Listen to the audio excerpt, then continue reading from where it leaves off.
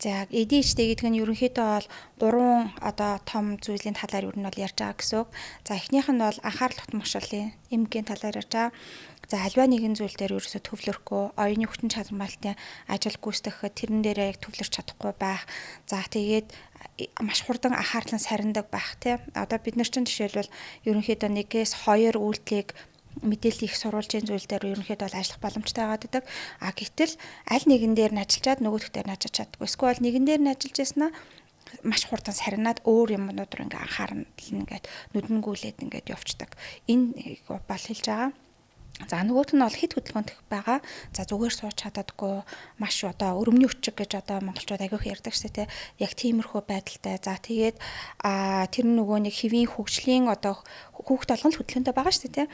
Тэрнээс арай их байгаад байгаа тохиолдлыг ерөнхийдөө бол хэлж байгаа. Тэгээд бодлогогүй үйлдэл хийдэг, маш их ярьдаг. Тэгээд тэр нь ингээд эргүүлээд нөгөө нэг үр дагавар нь жоохон хүнд болоод ирдэг. Эдгээр зүйлсийг бол хэлж байгаа.